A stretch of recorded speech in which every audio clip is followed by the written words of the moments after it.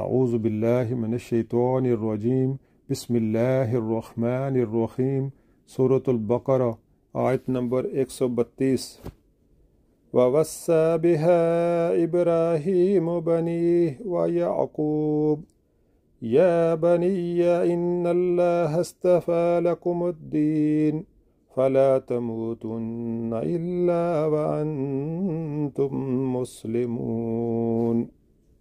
ترجمہ: اس طریقے پر چلنے کی ہدایت اس نے اپنی اولاد کو کی تھی، اور اسی کی وصیت یعقوب علیہ السلام اپنی اولاد کو کر گیا۔ اس نے کہا تھا، میرے بچوں، اللہ نے تمہارے لیے یہی دین پسند کیا ہے، لہٰذا مرتے دم تک تم مسلم ہی رہنا۔